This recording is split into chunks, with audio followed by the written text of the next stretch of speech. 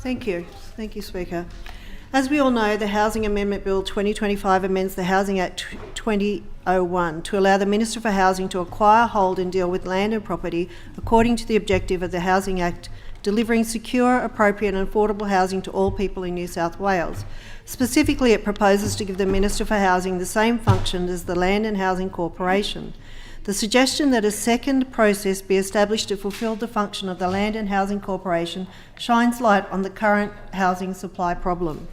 I'm supportive of the proposed amendments to the Housing Act, but I want to express my disappointment that such an amendment is required. Clearly, adequate housing and infrastructure are currently not being delivered. The proposed amendment, in creating a sideline process mirroring what another government entity should already be doing, brings to light the inadequacy of the current system. In my electorate of Wollondilly, the government already owns 871 hectares of land through Landcom.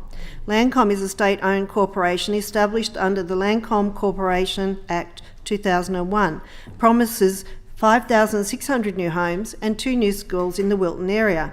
However, these developments and infrastructure are not being delivered in a timely manner.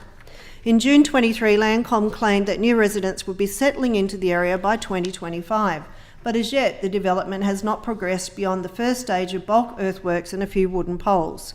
Moreover, errors that easily correctable in the calculation of the BIOS CPCP Functional Koala Corridors report have lost up to 800 potential house blocks in the proposed developments. Not only are these errors resulting in land not being developed to its full potential, having significant implications for housing supply, but it also places unnecessary restriction on landowners outside the growth area of Wilton, Junction and Appin. Entrusting the vital work of supplying houses to the people of New South Wales to Landcom, a commercial business, the government has failed to deliver the promised housing on time, and consequently the Wilton area suffers from an unacceptable lack of infrastructure. The Wollondilly Shire Council, I have 2 councils in my area, but the Council of Wollondilly has projected population increase of 85,000% by 2041. Yet there are currently only 2 public high schools in the same entire electorate. That's 2 councils.